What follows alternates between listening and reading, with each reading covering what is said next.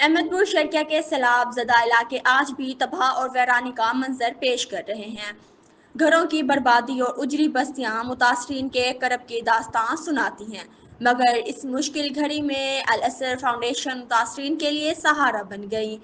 Foundation کی جانب سے نوشہرہ جدید، نخلور، بکا پور، وادھنور اور کلر والی بستی سمیت مختلف دیہات میں روزانہ کھانے اور نقدی امداد کی تقسیم جاری ہے۔ قاری منظور احمد کی قیادت میں ٹیمیں دن رات ریلیف سرگرمیوں میں مصروف ہیں۔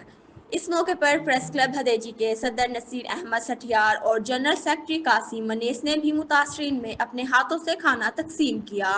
وادھنور میں جاں بحق 3 بچوں کے والد کے خاندان اور کلر والے کے 8 سالہ بچی کے ورثاء کو بھی نقدی امداد اور کھانا فراہم کیا گیا۔ متاثرین خاندانوں کی آنکھوں میں غم کے ساتھ ساتھ شکر گزاری کی جھلک نمایاں تھی۔ الاسر فاؤنڈیشن کا کہنا ہے کہ خدمت کا یہ سلسلہ متاثرین کی مکمل بحالی تک جاری رہے گا۔